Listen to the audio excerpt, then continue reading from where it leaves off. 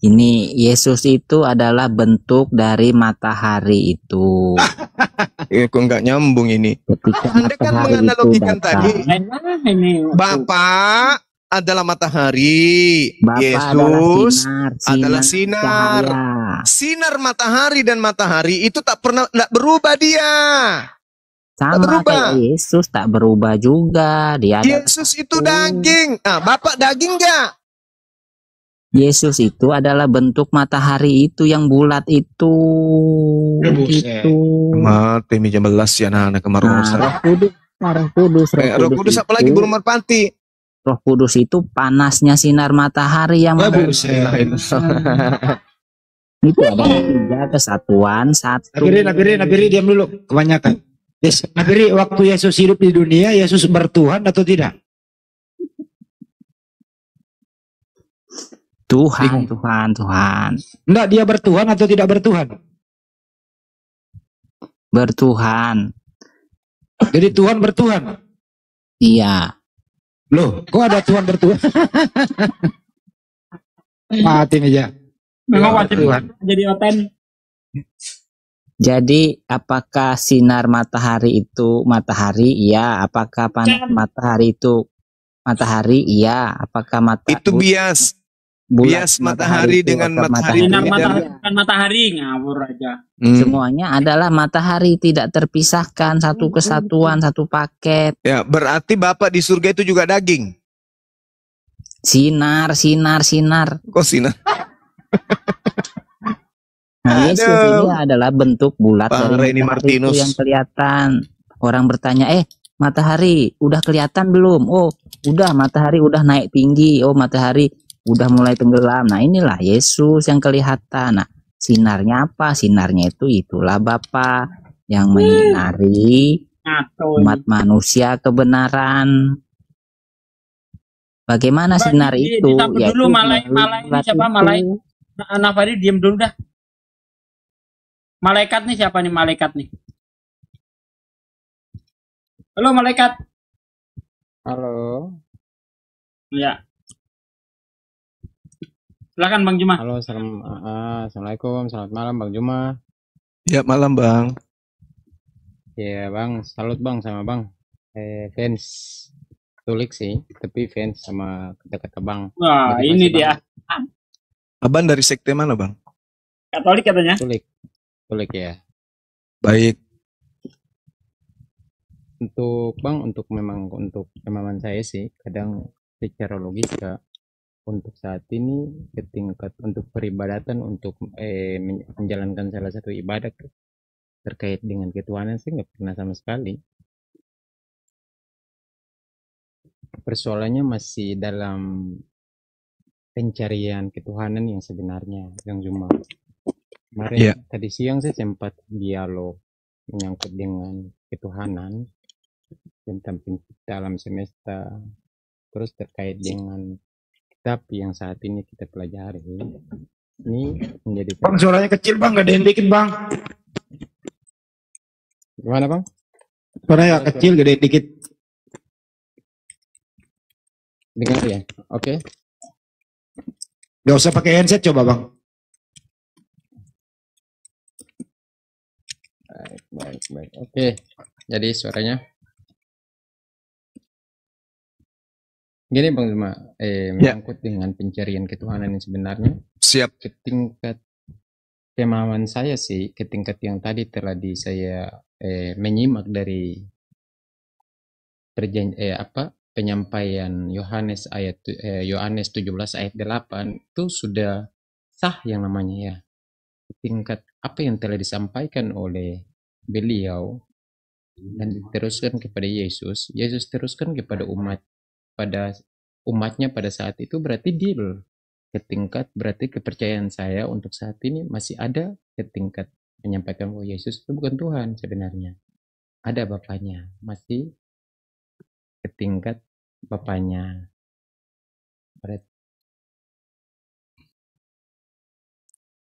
Iya, terus Bang? Halo. Iya.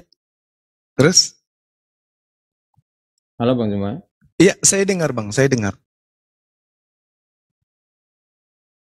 Suara saya terdengar nggak ini?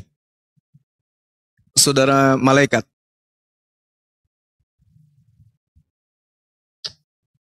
Bang? Cek.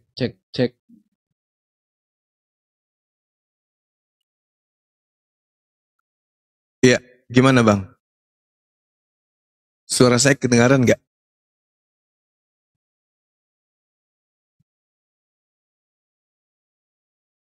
Halo? Bagus Bang Jumanja, bagus. Beliau ya?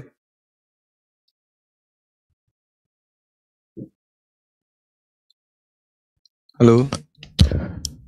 Oke, sambil nunggu dia Rasmi. Oke, lanjut. Lanjut Bang.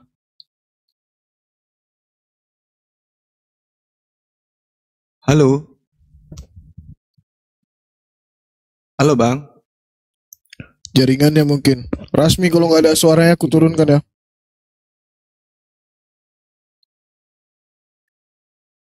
Halo bung? Ya udah, sambil nunggu malaikat. Ini ada katanya tadi minta waktu 2 menit Ken Sando. Apa yang ingin disampaikan Ken Sando? Assalamualaikum. Silakan dibuka mic ya. Loh. Kok pada diam? Ken Sando 777. Assalamualaikum warahmatullahi wabarakatuh, Gurundaku Zuma. Waalaikumsalam warahmatullahi wabarakatuh. Yo, jaringan lelet nah. Iya.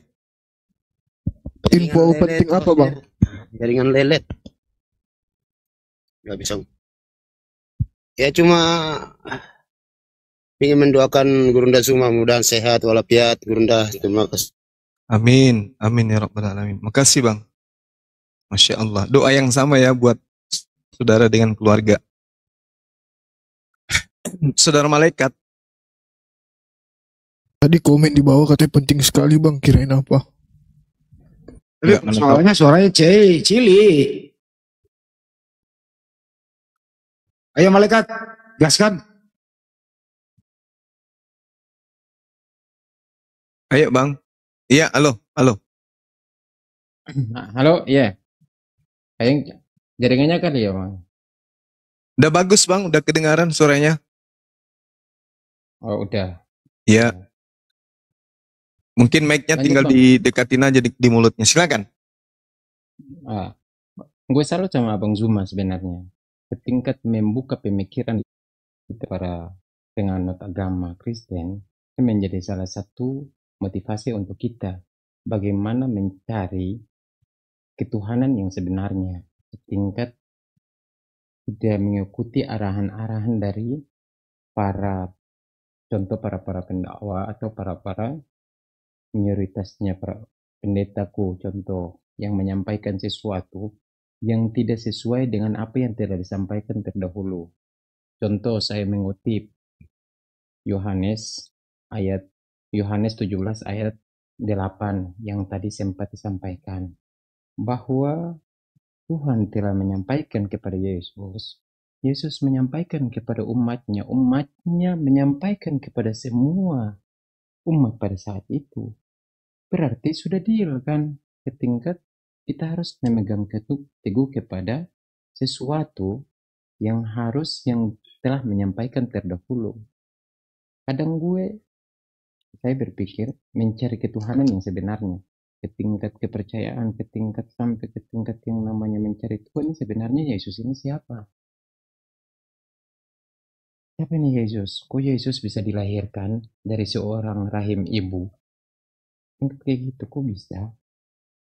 Terus bapaknya, tingkat bapaknya berarti ada bapaknya.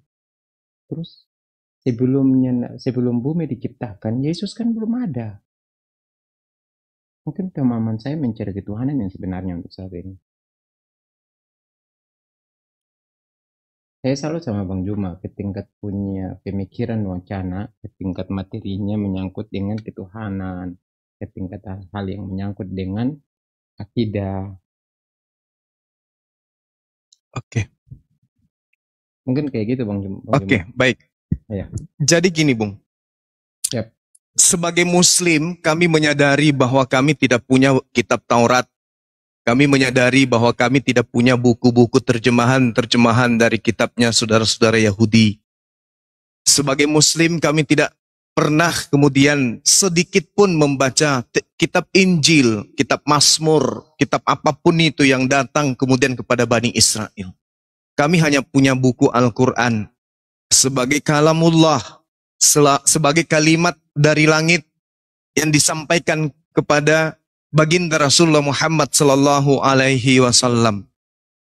Salah satu data yang ada di dalam Al-Quranul Karim kemudian Allah Subhanahu wa taala menjelaskan, wahai Nabi Muhammad, tidak pernah diutus satu rasul pun sebelum engkau selain mereka mengolok-olok rasul tersebut. Jadi kami beriman ada beberapa rasul yang telah diutus oleh Allah sebelum rasul baginda Rasul Muhammad SAW.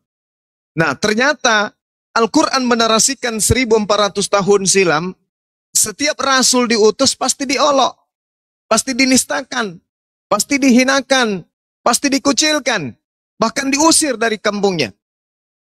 Nah, ternyata begitu kita berdialog dengan Kristen, sampailah buku terjemah yang kemudian berasal dari Belanda pertama kali. Lalu kemudian kita sebutlah Perjanjian Baru. Di dalam Perjanjian Baru ada catatan-catatan penting yang kemudian menjadi sinyal tentang apa yang ada di dalam Al-Quranul Karim. Sebagai umat yang berakal pun kami akan menelaah dan kami menghabiskan waktu kami siang malam untuk menelaah itu. Ternyata Rasulullah tidak pernah baca buku ini. Rasulullah Muhammad SAW tidak pernah membaca original teks buku ini. Tapi kenapa beliau sudah bisa menyampaikan 1400 tahun silam? Apa itu? Bahwa ketika ia datang, maka dia akan memuliakan aku. Nah, ternyata kalau kita melihat antara Kristen dan Islam, satu-satunya agama yang memuliakan Yesus hanya Islam. Kalau di Kristen siang malam, Yesus dibunuh, Yesus disalib, Yesus ditombak, Yesus ditampar, Yesus diludahin, Yesus ditonjok, Yesus dikubur. Itu di Kristen tuh. Yesus terkutuk, itu di Kristen. Tapi di kami tidak. Nabi yang datang kepada Bani Israel itu kemudian diajarkan terkemuka di dunia di akhirat, diselamatkan dari orang-orang kafir, diselamatkan dari orang Farisi, diselamatkan dari orang Romawi, diselamatkan dari orang munafik, diselamatkan dari persongkongkolan untuk membunuh dirinya. Dia memuliakan aku. Nah, sedangkan dua versi ajaran ini kemudian, di dalam Al-Quran dikatakan, Ya Bani Israel, inni Rasulullahi ilaikum. Wahai Bani Israel, sesungguhnya aku ini adalah utusan, aku ini adalah rasul untuk kalian. Ini di iman kami. Ternyata setelah kita belajar Bible, Yesus ini mengaku rasul. Lalu kemudian Al-Quran juga menarasikan adanya orang yang membuat makar. Adanya orang yang kufur terhadap Nabi Isa alaihissalam. Ternyata di kehidupan nyata memang ada yang disebut Kristen. Kristen mengaku pengikut. Tapi kalau kita ingin menyambungkan apanya yang diikuti ternyata nggak ada. Yesus mengajarkan A, Kristen mengajarkan Z. Tapi bawa-bawa nama Yesus. Sikit-sikit Yesus. Bahkan sampai kepada level Tuhan Yesus itu. Bagi Kristen. Padahal menurut Yesus, Yohanes 17:8. Segala firman. Mungkin mana lagi? Kita mau cari apa lagi nih? Segala firman kata Yesus. Berarti semua porsi yang Tuhan berikan untuk Yesus. Setelah Yesus sampaikan kepada pengikutnya Bani Israel. Ternyata hanya menghasilkan keadaan Yesus hanya rasul. Nah, mari kita lihat kemudian apa yang ditemukan di dalam kisah para rasul sebelum kita masuk ke Al-Quran. Sebelum kita berbicara mengenai konsep Tuhan. Di dalam kisah para rasul 2 nomor 22, hai orang-orang Israel. Ini yang dipanggil ini siapa? Kalau kita ingin jujur, yang dipanggil ini siapa? Bang Handi saya mau tanya dulu. Bang Handi yang dipanggil di sini siapa? Orang Israel. Orang Israel. Ahisugi yang dipanggil di sini siapa? Tanya tuh sama orang Kristen, apa? Orang Israel. Dinda Ardiansa yang dipanggil di sini siapa? Orang Israel. Orang Israel. Nah, saudara Nefiri yang dipanggil di sini siapa? Ya, bacakan ayatnya, bacakan ulangi. Hai orang-orang Israel. Yang dipanggil di sini siapa? Bani Israel. Bani Israel. Apa seruan untuk Bani Israel? Dengarkan perkataan ini wahai Bani Israel. Yang aku maksud ya wahai Bani Israel adalah Yesus dari Nazaret, wahai Bani Israel. Dia ini Yesus, wahai Bani Israel, telah ditentukan oleh Allah, wahai Bani Israel. Dan yang dinyatakan kepadamu, wahai Bani Israel, dengan kekuatan-kekuatan dan mujizat-mujizat dan tanda-tanda yang dilakukan oleh Allah. Dengan perantaraan Yesus di tengah-tengah kamu, wahai Bani Israel, seperti yang kamu tahu, wahai Bani Israel. Jadi Bani Israel diseru untuk mengetahui bahwa Yesus hanya perantara. Oke, siap Bang Juma. Oke, Bang Juma, gue yang siap. potong sih. Silakan. Bang Juma, gue yang potong sih. Tapi persoalan ini menyangkut dengan kehidupan saya yang awal ya. Baik. Ke tingkat pernah, makanya saya sampai saat ini nggak pernah untuk menginjak yang namanya gereja. Pernah saya menginjak.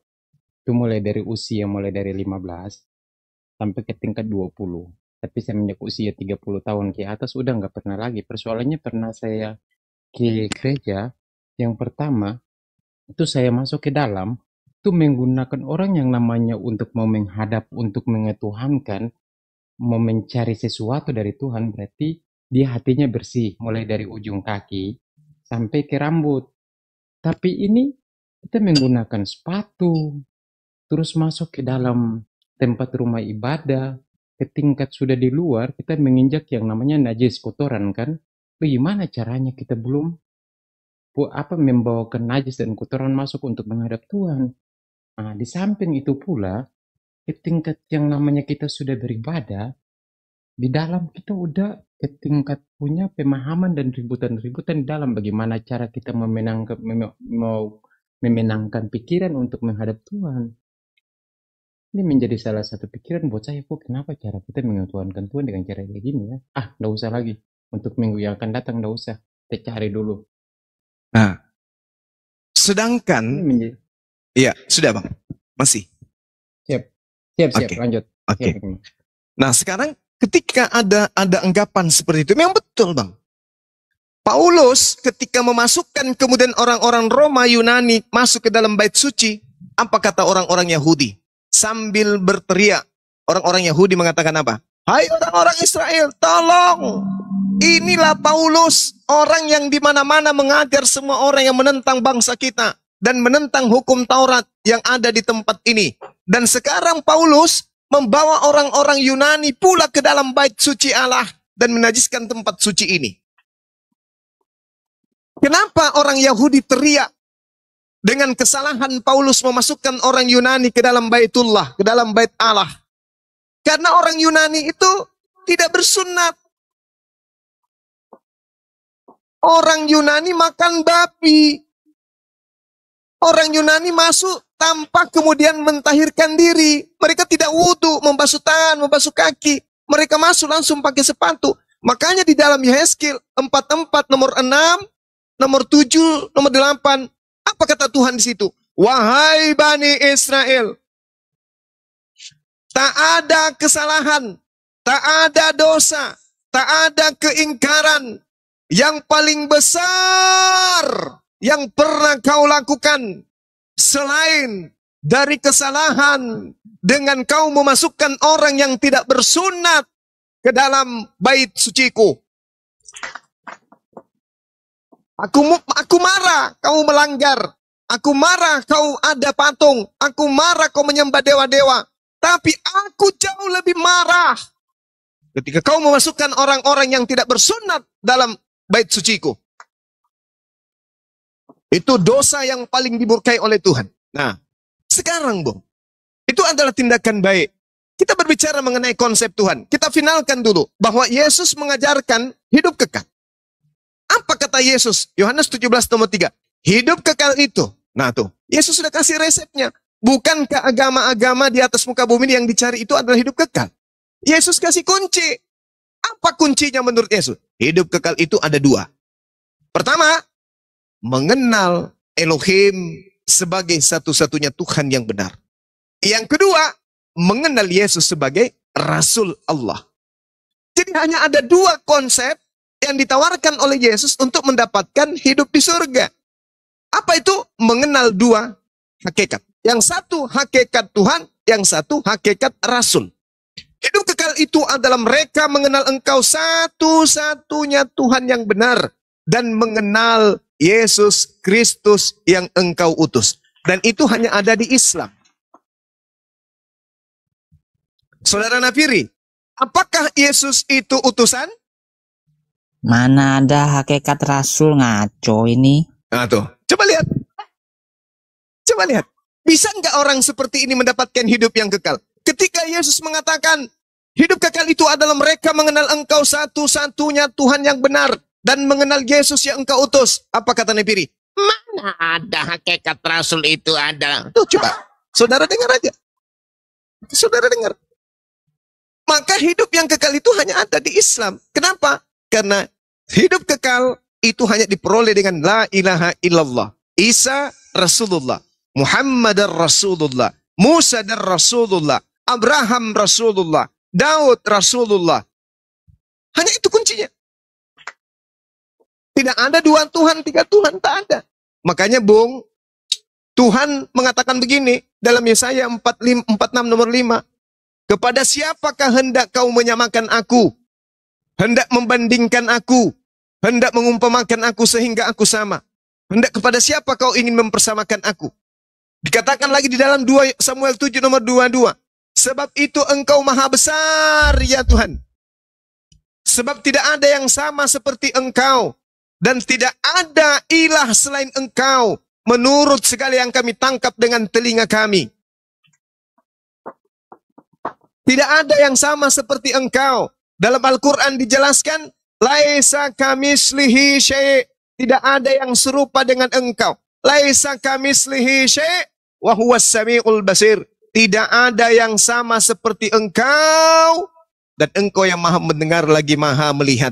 Sama. Ini dalil.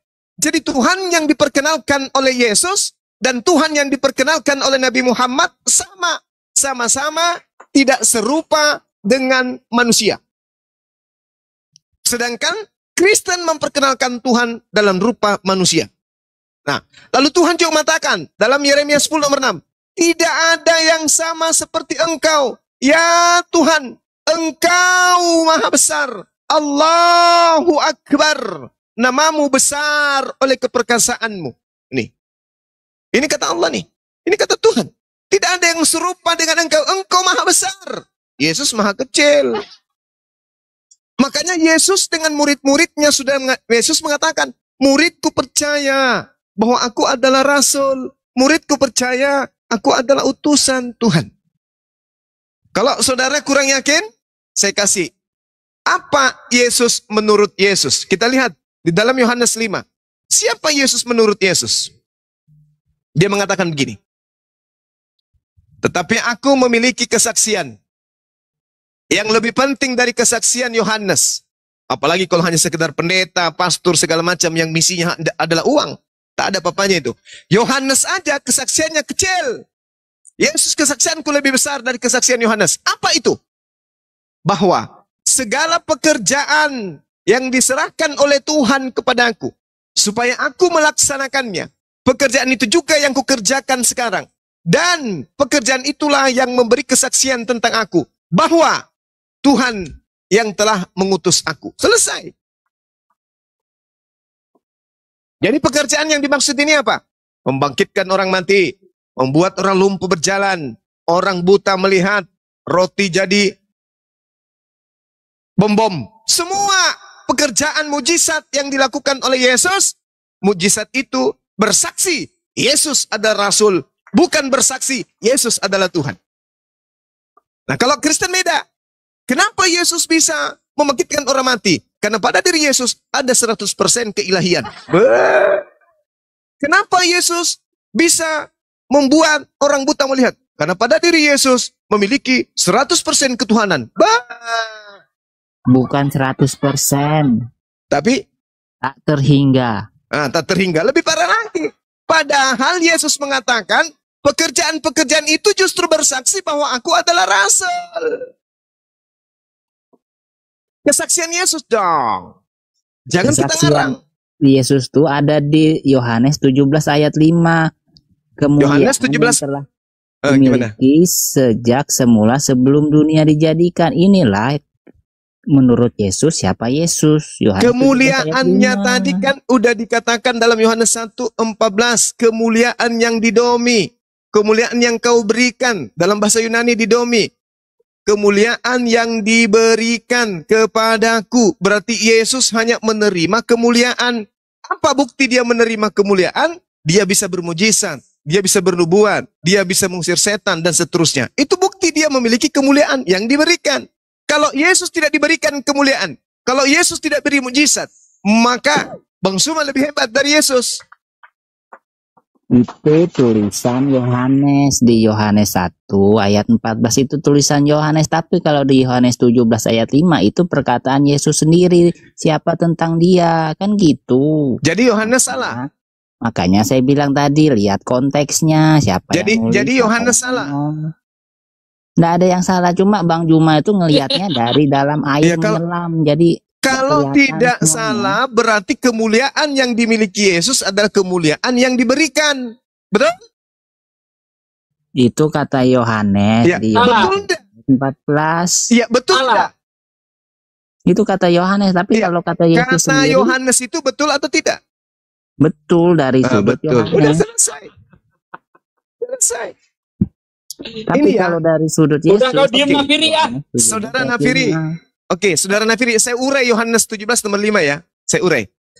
Oleh sebab itu, ya Tuhan, permuliakanlah aku padamu sendiri dengan kemuliaan yang kumiliki di kehadiratmu sebelum dunia ada.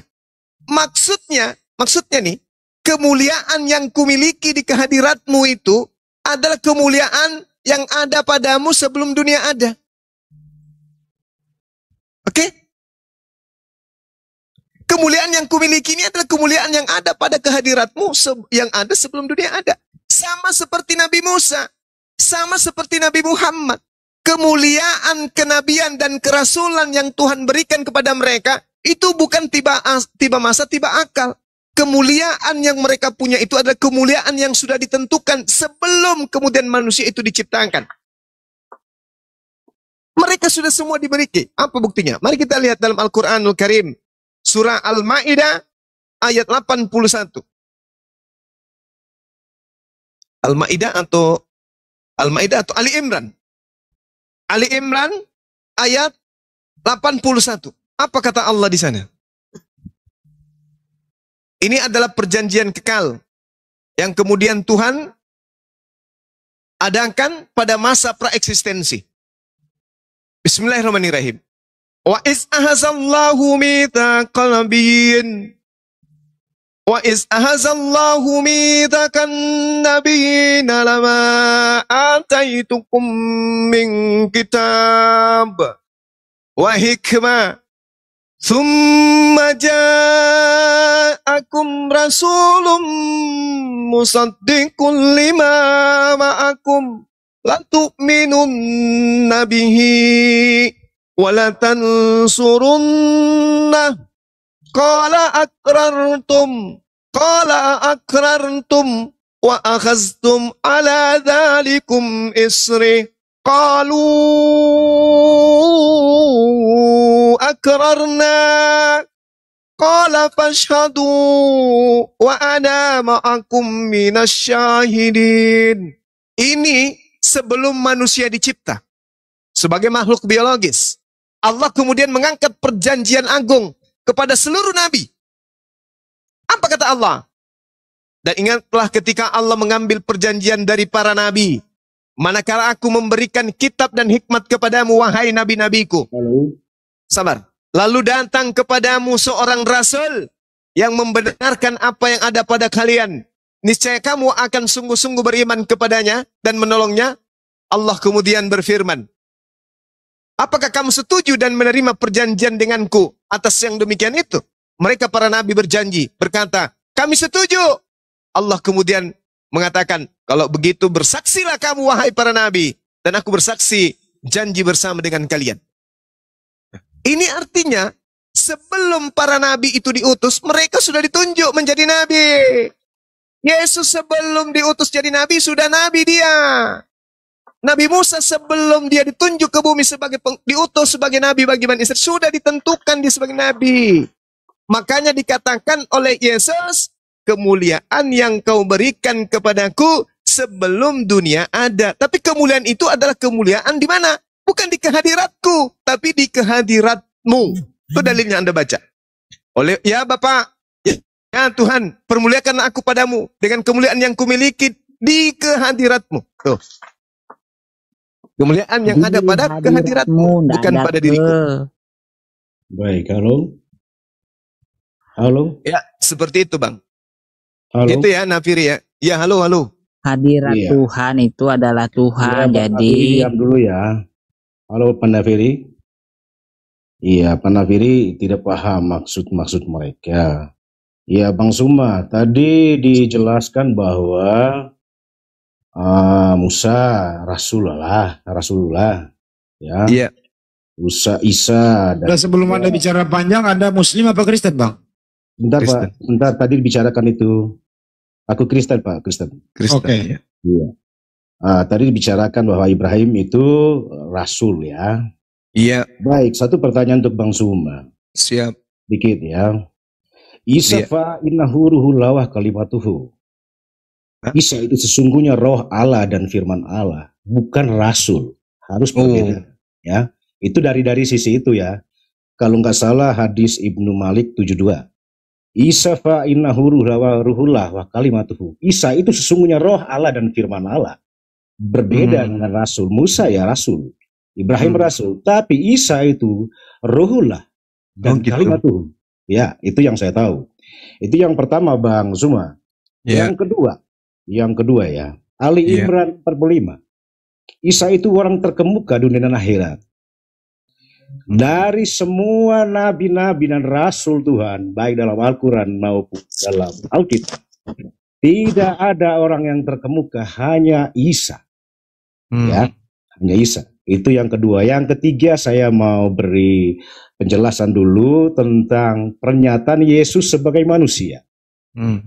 Harus bedakan Pak, pernyataan Yesus sebagai manusia dengan pernyataan Yesus sebagai Tuhan. Sebagai manusia ya, dia mengatakan ya Allah, ya Tuhan, saya permuliakan ini seperti dunia sebelum dunia dijadikan, seperti yang Bang Suma bicarakan tadi. Tapi perlu diingat Pak Bang Suma, hanya Tuhan, hanya Yesus yang bisa mengampuni dosa seorang. Siapa yang bisa mengampuni dosa dunia ini? Hanya Tuhan. Itu baru sisi ketuhanan ya. Kalau kita mau diskusikan seperti itu, harus dibedakan ada Tuhan yang menjelma. Jelma dari manusia. Yang terakhir Bang Suma, halo. Yang terakhir, yang utusan ya. Isa itu atau Yesus utusan. Baik. Pertanyaan saya, apakah Allah yang Maha Kuasa tidak bisa mengutus dagingnya ke dunia? Karena Allah menurut iman Kristen adalah roh, dia tidak punya daging. Dia mengutus firman-Nya itu yang menjadi daging lewat penjelmaan manusia Isa dalam rahim Bunda Maria. Seperti itu saudaraku. Salam toleransi, brother. Oke, baik. Selamat berpuasa. Oke, baik. Yang pertama tadi Anda mengatakan bahwasanya Nabi Isa itu terkemuka di dunia dan di akhirat. Tapi Anda lupa, ayat ini menceritakan apa? Wahai Maryam, ya Maryam, innallaha, sesungguhnya Allah, yubashiruki, menyampaikan kabar gembira kepadamu, bikalimatim minhu, tentang sebuah pernyataan darinya, sebuah firman darinya, sebuah kalimah darinya, sebuah kehendak, keinginan, ide, gagasan darinya. Namanya Al-Masih anak laki-lakinya manusia berjenis kelamin perempuan bernama Maryam. Jangan dilupakan itu. Jangan cuma ngambil terkemukanya saja, jangan. Ambil dari belakang bahwa Isa ini adalah anak manusia bernama Maryam. Kalau anaknya Tuhan, ibunya juga Tuhan berarti. Terkemuka di sini, Pak, bahasa aslinya adalah wajihan. Wajihan itu artinya terkenal, terpandang di dunia. Itu artinya. Sedangkan ada nabi juga yang disebut wajihan, yaitu Nabi Musa. Jadi kalau berdasarkan wajihan terkemuka, lantas kemudian Isa Tuhan, berarti Musa juga Tuhan. Al-Quran surah Al-Ahzab ayat 69. Ya ayyuhalladzina amanu la takunu kalladzina aza Musa fabarra'ahu Allahu mimma qalu wa kana indallahi wajihan. Gugur Pak ya, gugur. Tadi anak manusia, yang kedua adalah Musa juga wajihan. Terkemuka dia. Nah, lalu kemudian Anda berbicara mengenai roh Isa kalimatullah, roh dari Allah, kalimat dari Allah. Roh itu ciptaan. Tidak ada manusia di atas muka bumi ini tercipta dari rohnya sendiri, tak ada. Tidak ada manusia di atas muka bumi ini berasal dari roh ayam. Tidak ada manusia di atas muka bumi ini berasal dari roh pohon. Semua manusia di atas muka bumi ini berasal dari roh Allah. Nah, masalahnya di mana? Masalahnya adalah orang Kristen ketika kita berbicara roh Allah, dua kata ini, orang Kristen mendefinisikan roh itu adalah Allah. Roh Allah, orang Kristen mengatakan roh itu adalah Allah. Ruah Elohim berarti Elohim itu adalah roh. Dibalik. Padahal kalau dia mengatakan roh Allah sama seperti malaikat Allah, rumah Allah, ciptaan Allah. Apalagi? Bait Allah, hamba Allah, kata yang ikut sebelum Allah itu adalah ciptaan semuanya. Jadi roh Allah maksudnya roh ciptaan Allah. Bait Allah artinya rumah ciptaan Allah. Tidak mungkin rumah itu adalah Allah. Hamba Allah artinya hamba ciptaan Allah. Bukan hamba itu adalah Allah. Itu kesalahan Kristen karena kekurangan pemahaman terhadap bahasa.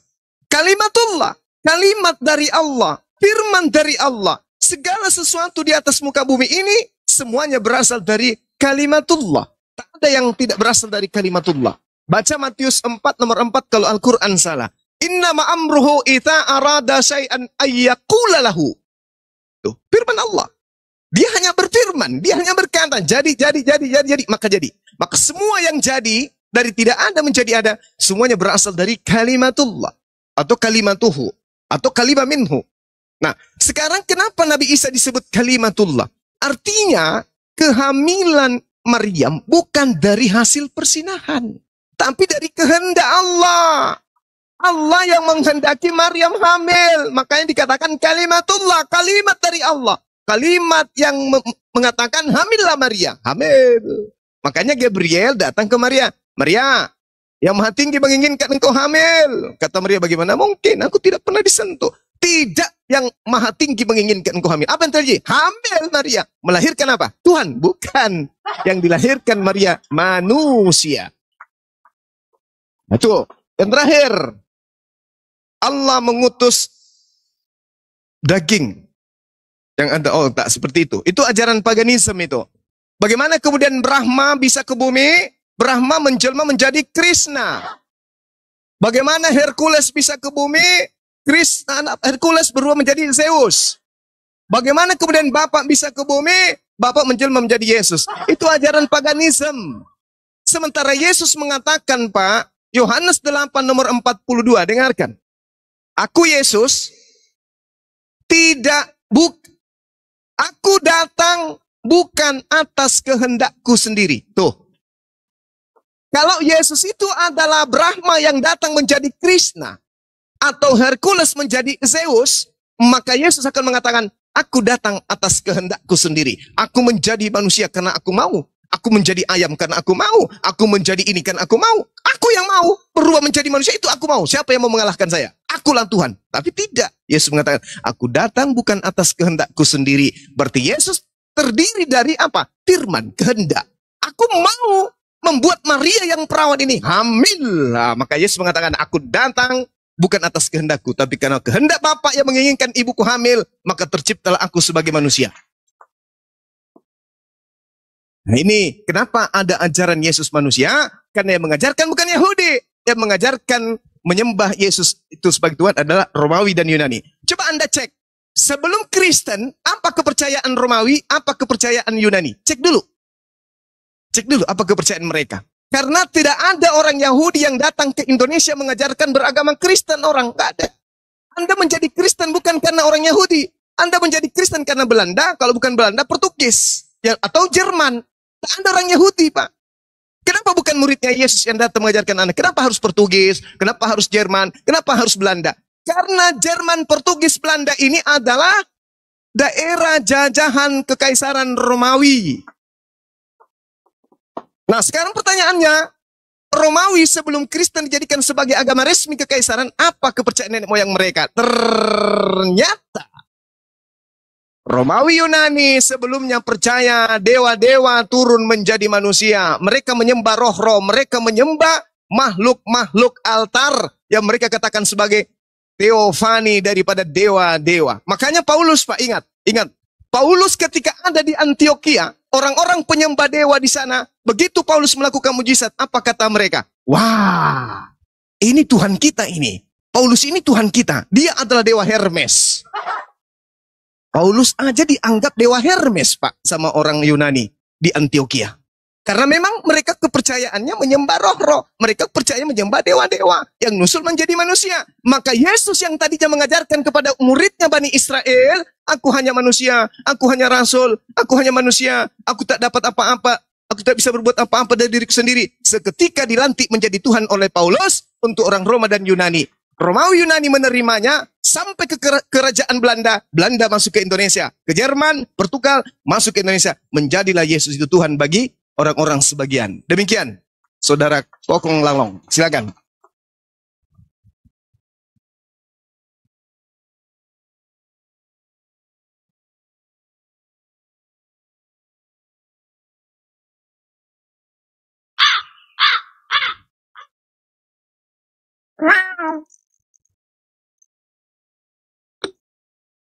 Diam.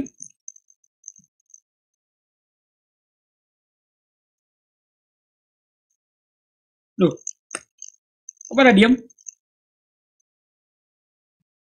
Ayo dong.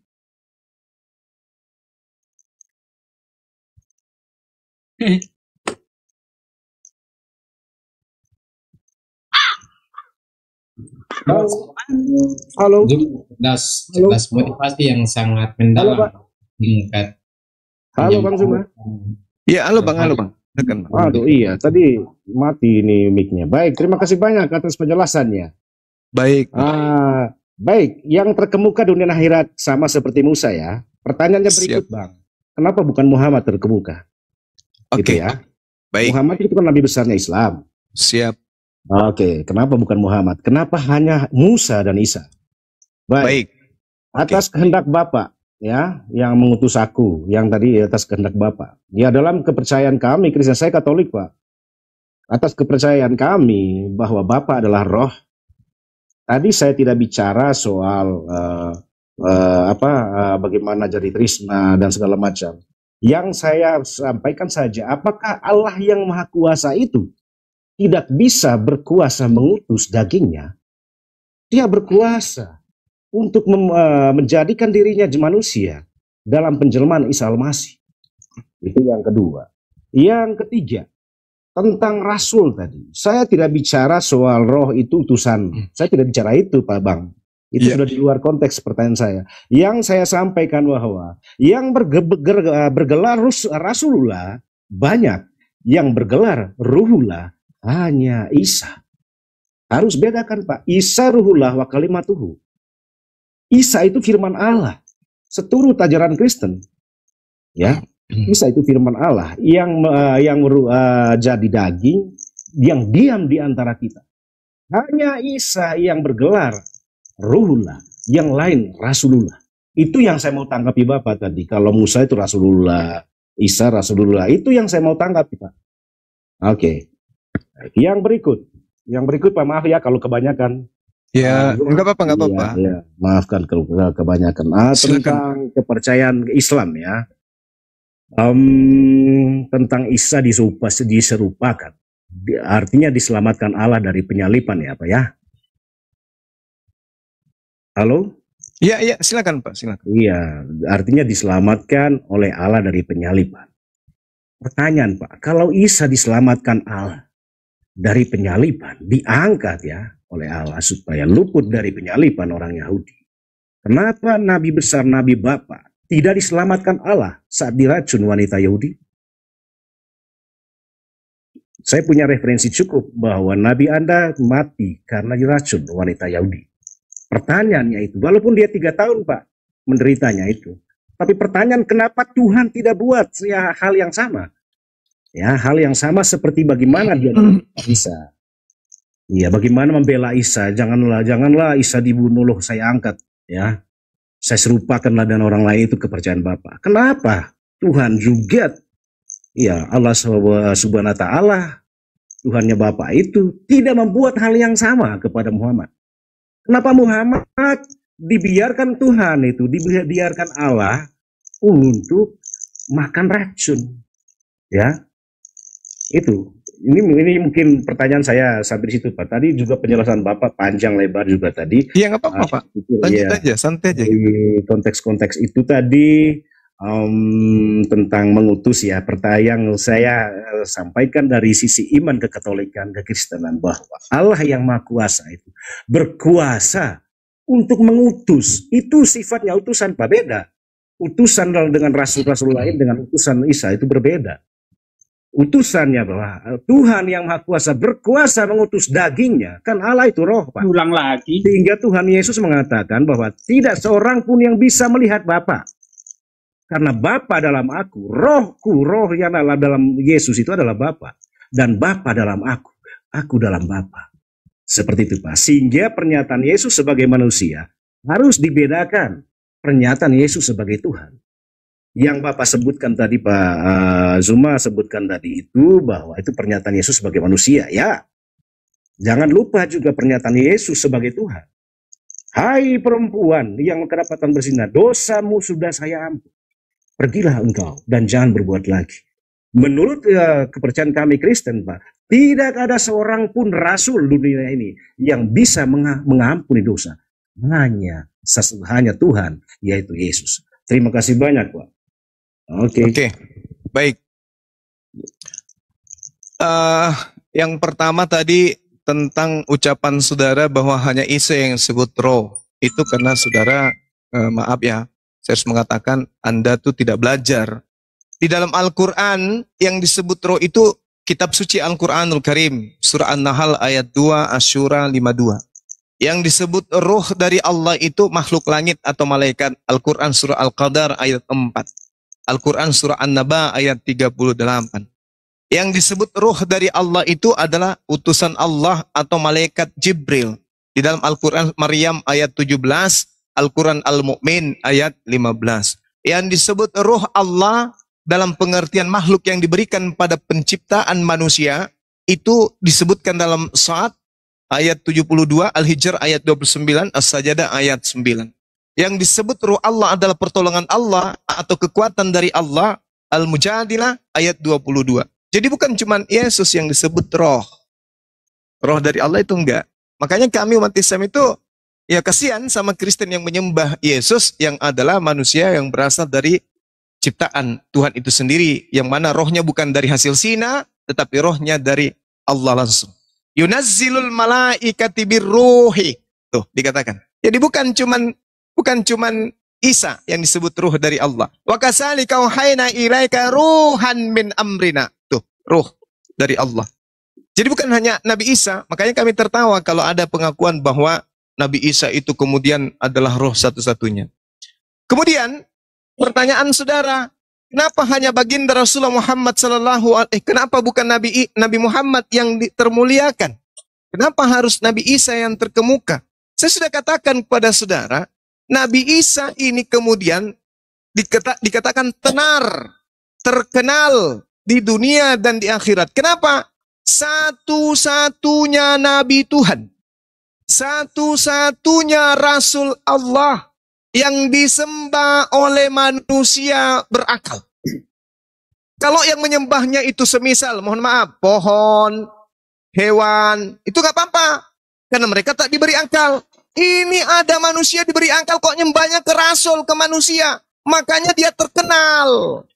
Makanya di dalam Al-Quran, wa iskalallahu ya Isa bin Maryam, anta qulta linnas takhizuni wa ummi ilaihi min dunillah. Wahai Isa, apakah kamu yang mengajarkan orang-orang kafir menuhankan dirimu? Qala subhanaka ma yakunu li an aqula ma laysa li bihaqqa. Maha suci engkau ya Allah.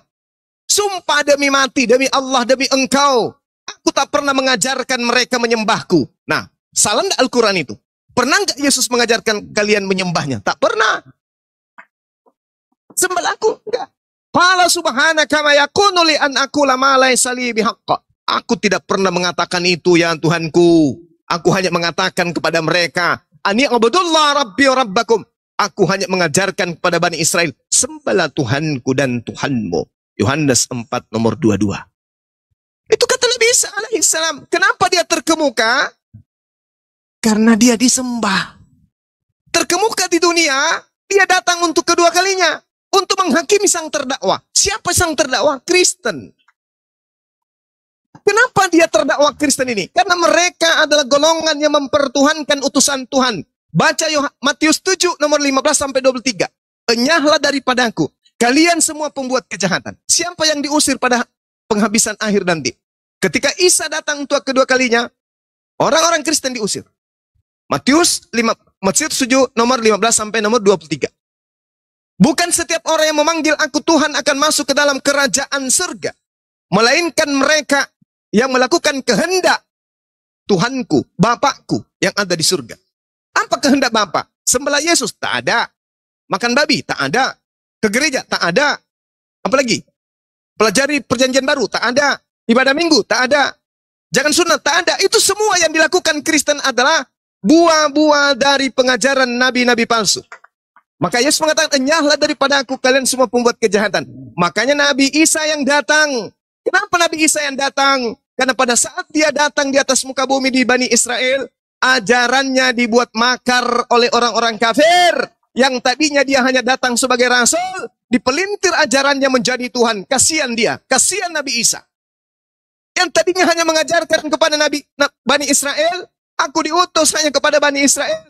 Ya Bani Israel, ini Rasulullahi ilaikum. Matius 15 nomor 24. Aku diutus hanya kepada domba-domba yang sesat dari umat Israel. Akan tetapi ajaranku dipelintir, ya Rob. Aku diajarkan Tuhan sama mereka. Padahal aku tidak punya hak. Yohanes 12 nomor 49. Aku tidak berkata-kata dari diriku sendiri. Apa yang aku katakan adalah apa yang diperintahkan oleh Bapa untuk aku katakan dan aku sampaikan. Dan aku tidak pernah menyampaikan kepada mereka, akulah Tuhan. Tuhankanlah aku. Akulah daging yang datang dari surga. Tak pernah aku ajarkan itu. Mereka memelintir ajaran-ajaranku. Wa iskala rabbuka lil malaikat. Wa iskala Allahu ya Isa bin Maryam anta qulta linnas. Apakah engkau pernah mengajarkan kepada mereka? La, tidak pernah. Maha suci engkau ya Allah. Mana mungkin aku mengajarkan yang bukan hakku untuk aku ajarkan. Aku manusia, ibuku manusia, aku ciptaanmu. Nah, kenapa bukan baginda Rasulullah? Karena ajaran Rasulullah selesai, tuntas, tas. Apa yang diajarkan diterima umatnya. 1400 tahun tidak pernah ada yang melantik Nabi Muhammad menjadi Tuhan. Tidak pernah. Mereka yang hidup sesama Rasulullah 1400 tahun sampai hari ini, sampai detik ini, Indonesia berpuasa, bergemuruh beduk maghrib untuk berbuka puasa. Semua murni dari ajaran beliau, tidak pernah diselewengkan ajarannya. Untuk apa dia datang? Umatnya sudah selesai, tugasnya sudah selesai. Semua itu rahmatan lil alamin. Sedangkan Nabi Isa, apa kata dia? Di Yohanes 14, masih banyak yang ingin aku ajarkan kepadamu, tapi kalian belum sanggup untuk menanggungnya. Tapi mau gimana? Tuhan langsung mengangkatnya ke langit. Karena kenapa? Terancam dia pada saat itu. Makanya yang dibunuh itu adalah orang yang diserupakan. Yang disembah oleh orang Kristen hari ini adalah Yudas. Dan saya bisa buktikan itu. Lalu kemudian, apakah Tuhan Maha Kuasa? Ya. Apakah Tuhan Maha Kuasa untuk mengutus dagingnya? Salah. Kalau ada Tuhan mengutus daging, itu makanan untuk Bani Israel. Ketika Nabi Musa kemudian berdoa, orang-orang Yahudi berkata, wahai Musa, buktikan kekuasaan Tuhanmu. Mana buktinya Tuhanmu? Kami bosan makanan-makanan kayak gini. Suruh Tuhanmu jatuhkan makanan langsung dari langit. Jatuh daging dari langit. Makan mereka. Kalau ada daging jatuh dari langit, jadi Tuhan salah. Yang benar itu bang, Yesus keluar dari rahim. Apakah Tuhan Maha Kuasa menciptakan manusia tanpa ayah? Maha Kuasa. Jangankan tanpa ayah dan ibu pun Tuhan Maha Kuasa. Adam. Apakah Tuhan Maha Kuasa menciptakan manusia tanpa ayah, tanpa ibu? Maha Kuasa. Buktinya Hawa. Adanya cuma laki-laki Adam. Jadi tanpa ayah, tanpa ibu bisa. Tanpa ibu ada ayah bisa. Tanpa ayah ada ibu bisa. Maha Kuasa ke Tuhan begitu? Maha Kuasa. Jadi jangan Anda mengatakan, apakah Tuhan itu Maha Kuasa? Tidak Maha Kuasa menurunkan dagingnya? Salah.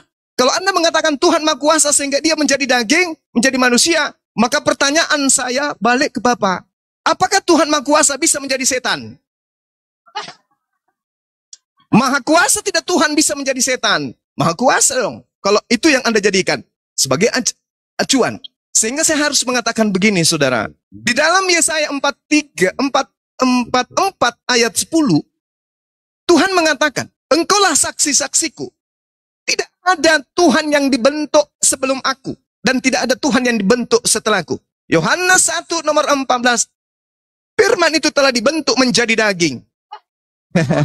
Sementara Tuhan mengatakan, tak ada Tuhan yang dibentuk. Tuhan mengatakan, laisa kamitslihi syai'.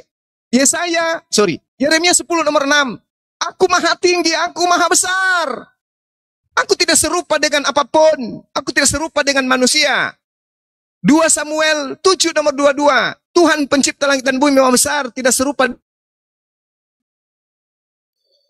Halo. Dan Yesus adalah manusia. Segera sudah saya jawab semuanya ya. Belum, Pak. Ya, belum. segera semuanya sudah saya jawab, Belum, Abang, belum, bahwasanya belum. kenapa bukan Halo, Bang. belum. Oke, tentang racun. Racun ya, racun. Oke, tentang Ya. racun. Suara saya kedengaran nggak ini? Siap. Oke. Sekarang begini. Ketika saudara mengatakan, kenapa Nabi Muhammad sallallahu alaihi wasallam tidak ditolong? Saudara, justru kalau Anda punya literasi, punya materi, coba Anda teliti materi itu. Daging yang sudah dimasak di atas 100 derajat Celcius berbicara kepada Nabi Muhammad sallallahu alaihi wasallam, "Ya Nabiullah, ya Rasulullah, jangan kau makan. Aku telah dibumbui racun." Rasulullah menghentikan kemudian makanan itu, yang di sampingnya meninggal, innalillahi wa inna ilaihi rajiun. Hamzah sahabatnya meninggal. Dia tidak meninggal, malah hidup 4 tahun kemudian. Jangan Anda kira orang ditembak hari ini, buah, kena betis. Mati 4 tahun yang kemudian, lalu dikatakan, orang ini meninggal karena kena peluru. Rasulullah Muhammad sallallahu alaihi wasallam malah memimpin haji wada, haji besar 4 tahun kemudian. Dia diracun, dia masih hidup. Ketika dia mengatakan, wahai Aisyah, aku merasakan seperti pada saat aku racun di Khaybar. Bung, orang mati itu, mati mati karena dia kesedek kulkas, atau mati karena minum racun, atau mati karena kanker, atau mati karena kena panu, atau mati karena ditembak, atau mati karena tenggelam, rasanya sama semua. Yang namanya kematian itu sama. Ketika Nabi Muhammad SAW diracun, dia merasakan ingin mati. Ketika dia detik-detik kematian sudah mendekati, maka rasa itu sama. Makanya dia mengatakan, aku merasakan sama seperti pada saat aku diracun. pada saat aku diracun, aku tidak mati. Itu ada mujizat. Sekarang ini aku mati, karena ini sudah sampai waktuku. Ajaranku sudah tamat. Maka rasa pada saat aku diracun, kembali aku rasakan. Ini bukan mujizat lagi. Aku harus benar-benar mati. Jadi semua yang dikatakan mati, semuanya sama rasanya, Bung. Jadi bukan karena dia diracun. Ditembak hari ini, tak. 4 tahun kemudian, orang mengabarkan, Bang Suma meninggal karena ditembak. Wih, kapan ditembak? 4 tahun yang lalu. Oh, itu nggak mungkin, Bang. Itu nggak mungkin. Itu nggak mungkin. Yang mati diracun itu, saudara, baca Yohanes 19 nomor 30. Ketika Yesus meminum anggur asam, lalu dia mengatakan haus, haus, haus. Dikasih anggur asam, setitik anggur asam, diisap. Setelah Yesus mengisap anggur asam itu, maka dia menundukkan kepalanya, lalu matilah dia. Nah, itu diracun. Belum diapa-apai, belum ditombak juga mati duluan. Itu diracun itu. Seperti itu, Bang. Silakan. Baik, terima kasih banyak, Bang Suma. Siap. Baik, kembali ke belakang ya. Siap. Saya sambil catat juga tadi, tapi tidak cepat catatnya itu karena Bang Suma terlalu cepat juga ngomongnya. Iya, Bang. Iya, takut kelamaan, Bang. Oke ya. Kenapa Adam bukan terkemuka? Ya, ya sudah. Kalau itu tadi kan Musa wajihan tadi, Pak ya. Baik. Iya. Ya, kita tutup di situ. Tapi intinya yang saya tahu Isa itu terkemuka dunia dan akhirat. Baik. Yang kedua, Kristen diusir ya, Pak ya. Iya. Kristen diusir yang sebut-sebut Tuhan. Itu tolong dibaca lengkap, Pak. Ya, karena itu iman dan perbuatan. Itu maksud Tuhan Yesus itu yang mengaku Kristen tapi bibirnya perlakuannya bukan Kristen. Dia mengaku Tuhan, tetapi dia apa yang Tuhan Yesus sampaikan bahwa Anda jangan membunuh loh, Anda jangan berzina. Sehingga orang yang disebut dalam ayat itu adalah mereka yang mulutnya mengaku Tuhan Yesus, tapi perbuatannya tidak. Ya Pak, seperti itu. Itu tanggung jawab sama saya. Baik, yang ketiga roh Allah bisa juga adalah Al-Quran. Yang tadi namanya Isa Ruhullah.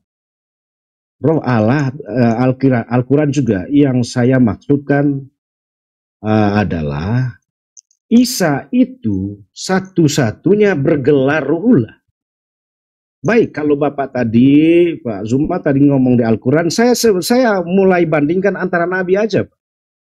Apakah Daud Ruhullah? Apakah Adam Ruhullah? Apakah Ibrahim Ruhullah? Hanya Isa.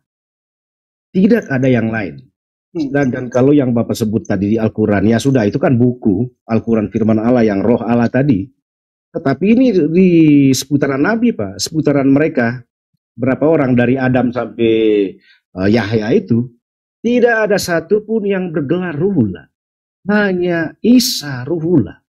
Ya, seperti itu. Oke, yang ketiga, Bang Suma, karena sudah tuntas ya. Baik. Pak bilang karena kenapa Isa terkemuka, karena tadi seperti apa? Karena belum tuntas atau seperti apa? Saya mau tanyakan, saya mau sampaikan bahwa Daud juga sudah tuntas, Pak. Adam juga sudah tuntas ajarannya. Kenapa bukan mereka yang terkemuka? Baik. Yang mengutus daging, Pak, yang tentang daging itu bukan daging soal yang kita makan. Dalam bahasa Alkitab itu firman sudah menjadi daging dan tinggal di antara kita. Itu artinya menjadi daging menjadi manusia. Nah, kalau bukan lewat kelahiran Bunda Maria, itu bukan manusia sempurna. Kalau Tuhan mau dia turun aja dari surga, Pak, datang ke dunia. Tetapi tidak, dia lewat rahim seorang wanita, yaitu Bunda Maria. Sehingga dia dinyatakan manusia sempurna. Kalau tidak salah di Al-Quran Bapak itu ayat di surat Maryam ya, 171 kalau tidak salah. Iya. Baik, yang berikut. Ayatnya mana Pak? Nabi Anda tidak jadi makan tentang makan racun tadi. Yang saya tahu bahwa dia jadi makan racunnya itu bukan 4 tahun Bang Suma. Yang saya tahu 3 tahun. 3 tahun itu. 3 tahun Pak Nabi Muhammad itu menderita. Ya, menderita sakit. Sampai tahun yang ketiga mati, meninggal. Ya. Tadi itu saya katakan bahwa Nabi Isa kok disayang Allah. Isa kok diangkat Allah supaya luput dari pembunuhan, penyaliban orang Yahudi. Kenapa Nabi Anda tidak dibuat hal yang sama? Tadi yang Bapak sampaikan bahwa tahun ini tembak, bahwa 4 tahun lagi baru meninggal. Ini racun Pak, mati diam-diam. Nah, referensi saya ada di HP saya ini, di handphone saya yang bicara dengan Bapak ini. Saya punya referensi, ada berapa. Bahkan ada berapa juga ustadz-ustadz Islam itu mengakui bahwa Nabi Anda itu, Nabi Muhammad meninggal, mati karena makan racun. 3 tahun Pak, bukan 4, 3 tahun. Bahkan dia merintih kepada Aisyah, Aisyah tolong, daging yang aku makan ini, saya rasa urat nadiku sudah terputus. Seperti itu Bang Suma. Ya, ini terlalu panjang tadi, saya tidak bisa tanggapin semua. Bapak punya argumen. Oke, terima kasih atas waktunya Pak Bang Suma. Iya, sama-sama Pak.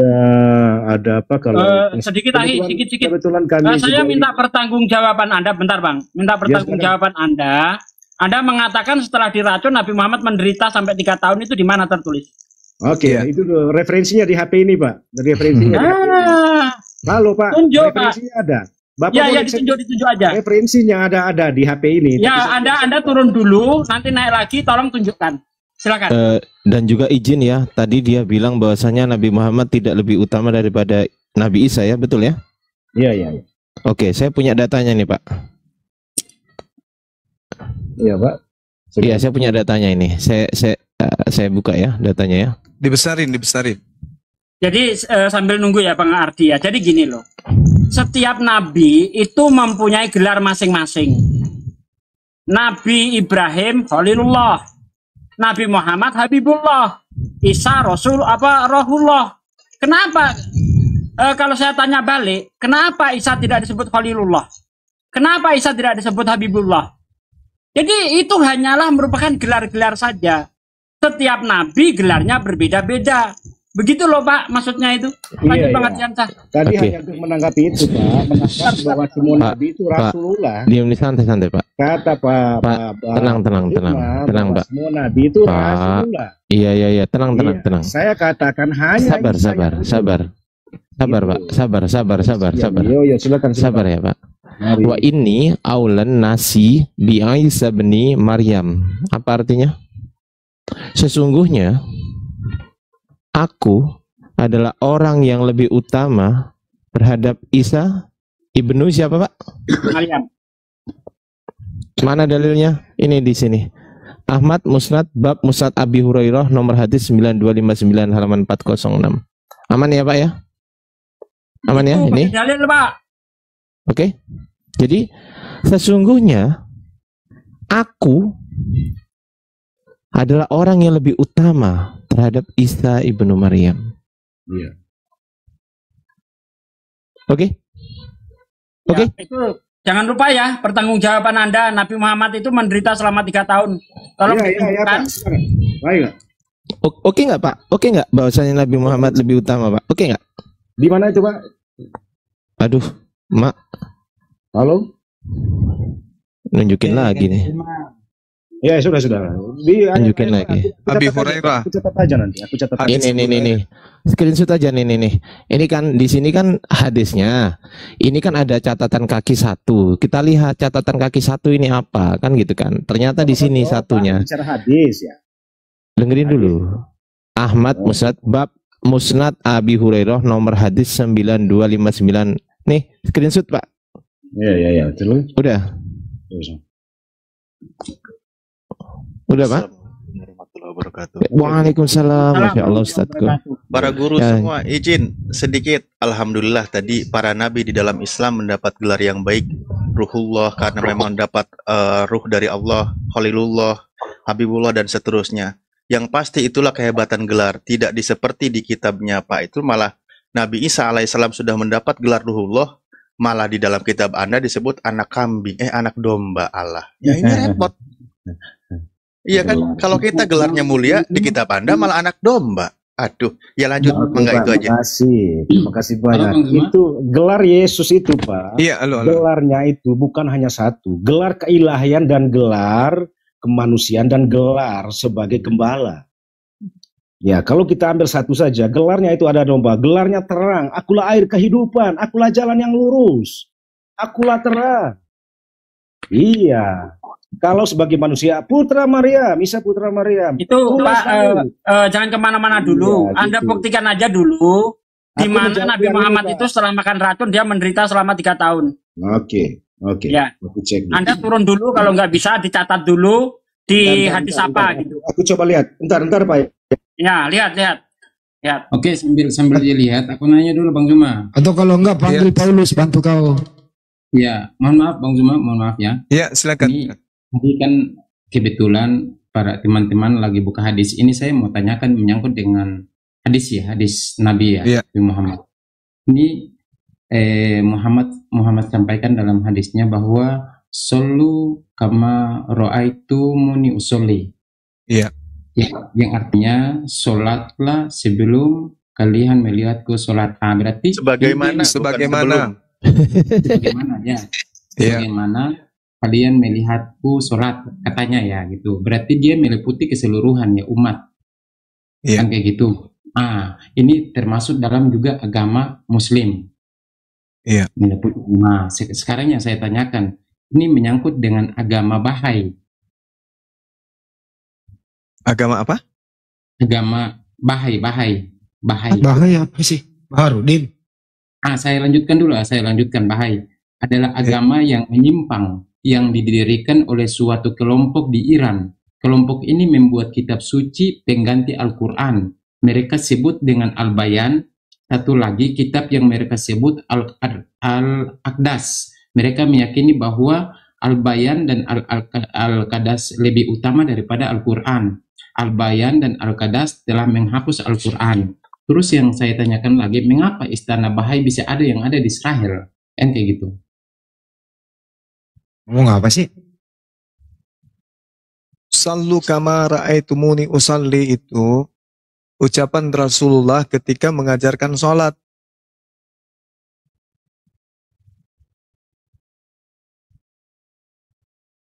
Nah, sementara kelihatannya data yang saudara baca itu ada data dari Syiah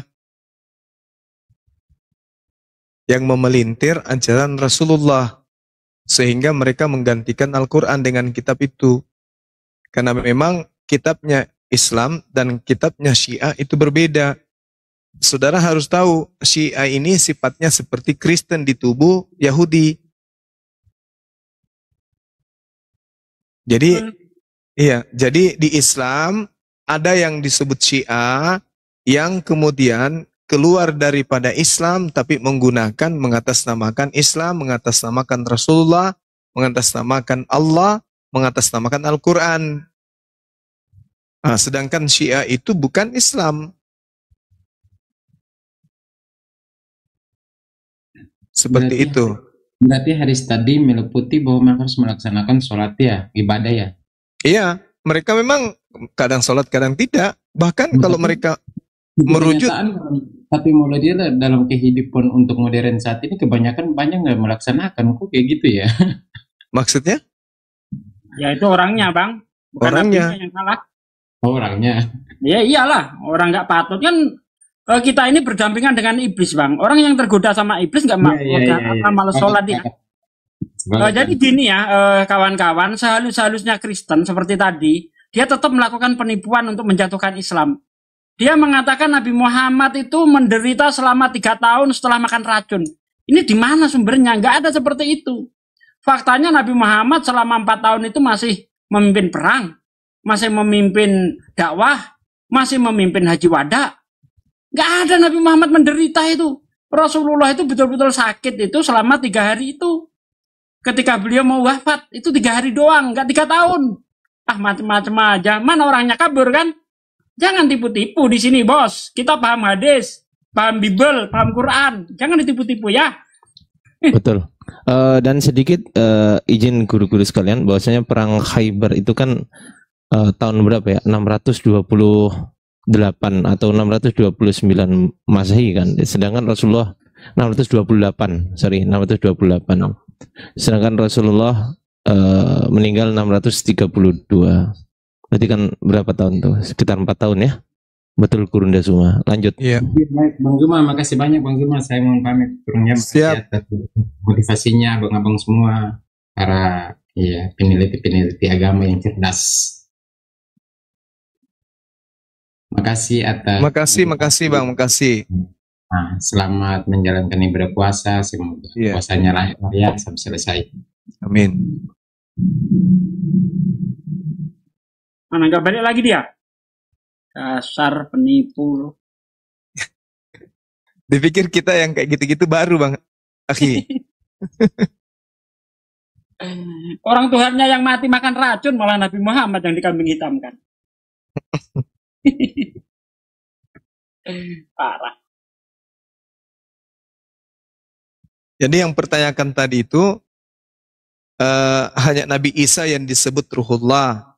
Itu sudah terbantahkan bahwa bahkan di dalam kitabnya juga Yohanes 3 nomor 34 itu terbantahkan.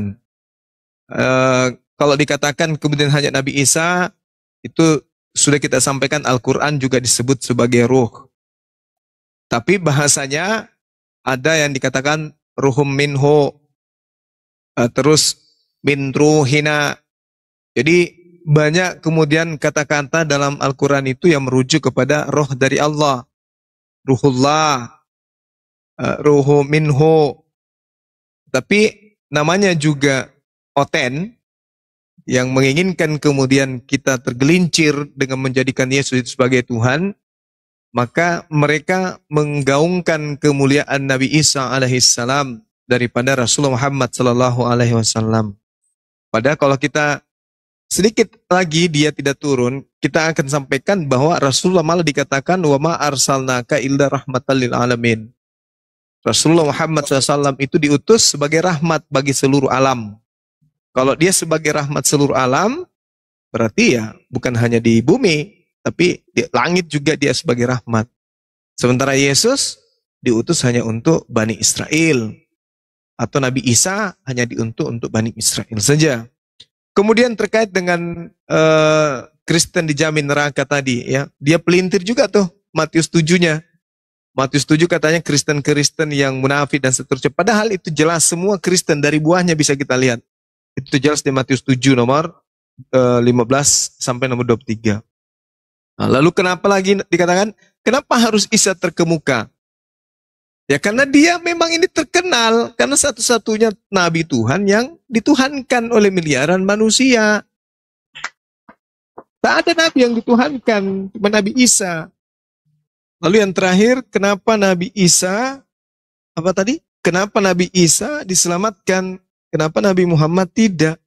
Nabi Isa diselamatkan untuk turun kembali menjadi hakim bagi kalian yang terdakwa. Sudah dijawab tadi itu. Terkait dengan matinya Rasulullah. Kenapa tidak ditolonglah? Sudah masanya kan dia meninggal. Setiap kemudian makhluk pasti mati. Termasuk Nabi Isa alaihissalam juga akan mati. Akan meninggal.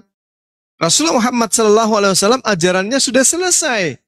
Maka kemudian beliau diwafatkan oleh Allah. Tak ada masalah. Jadi maunya dia, kenapa nggak diangkat juga ke langit? Padahal sudah terjawab. Kenapa Nabi Muhammad SAW itu tidak diselamatkan? Ya, diselamatkanlah dia. Pada saat dia ingin, pada saat dia makan, pada saat dia ingin diracun, Allah kemudian menyatakan melalui makanan tersebut, jangan kau makan, karena ini mengandung racun.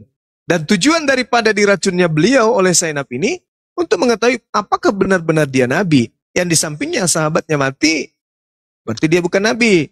Dia ini yang mati, yang tidak mati Nabi. Maka bahkan ada riwayat yang menceritakan bahwa Zainab ini menjadi mu'alaf. Setelah kemudian beliau membuktikan Rasulullah tidak mati pada saat itu. Jadi Nabi Isa diselamatkan karena ada makar. Nabi Muhammad SAW pada saat dia menjelang kematiannya tak ada makar. Pada saat Nabi Muhammad SAW kemudian ingin meninggal, itu tidak ada upaya untuk membunuh beliau. Sedangkan Nabi Isa alaihissalam diselamatkan karena ada upaya ingin dibunuh oleh umatnya sendiri. Nabi Muhammad tak ada upaya untuk membunuh dia. Bahkan beliau dilindungi oleh umatnya. Ya tak ada upaya. Kenapa Nabi Isa diselamatkan? Karena ada upaya orang-orang pada saat itu ingin membunuhnya. Sedangkan Rasulullah tak ada yang ingin membunuhnya. Nah, pada saat diracun, dia sudah diselamatkan. Buktinya dia hidup. Kurang lebih 4 tahun beliau hidup. Itu artinya diselamatkan. Nah, sedangkan kalau versi Kristen, Yesus tidak diselamatkan, mati dia, jadi mayat. Saya kira begitu, saudara.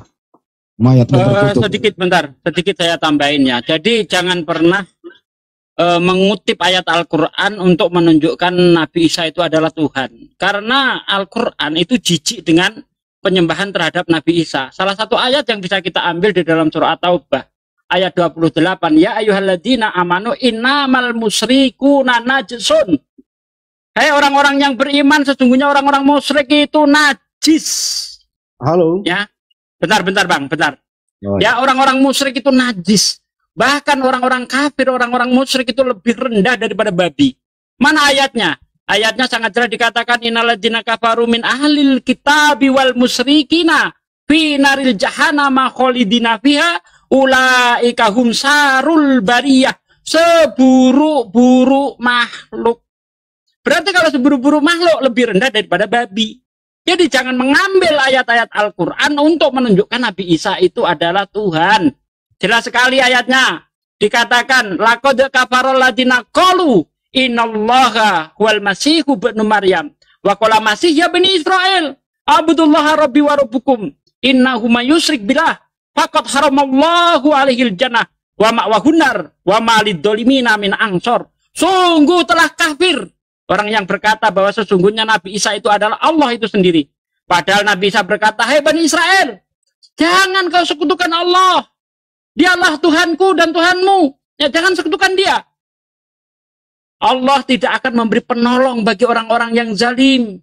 Ya, haram surga bagimu. Dan tidak ada seorang penolong pun bagi orang-orang yang zalim." Jelas ayatnya. Jadi jangan pernah mengambil ayat Quran untuk bisa membuktikan Nabi Isa adalah Tuhan. Nggak bakal ketemu. Terima kasih. Oke, Masya Allah. Yang jelas tadi saya amati ini memang oten-oten yang naik tadi ini bekerja sama dengan Syiah di dalam dibawa pengaruh iblis. Halo. Iya sebentar. Ya, silakan. Mana anunya, dalilnya? Ya, tadi Bapak bilang jangan pernah mengambil ayat Al-Quran ya. Untuk mana dalilnya? Tunggu, jangan ke situ dulu. Saya minta pertanggungan jawab Anda. Tadi Anda mengatakan Nabi setelah makan di Khaybar itu dia menderita selama 3 tahun. Mana? Siap. Tampilkan saja, jangan ngomong, tampil data. Kami nggak butuh congor Anda, datanya mana? Jangan congor, data tampilkan.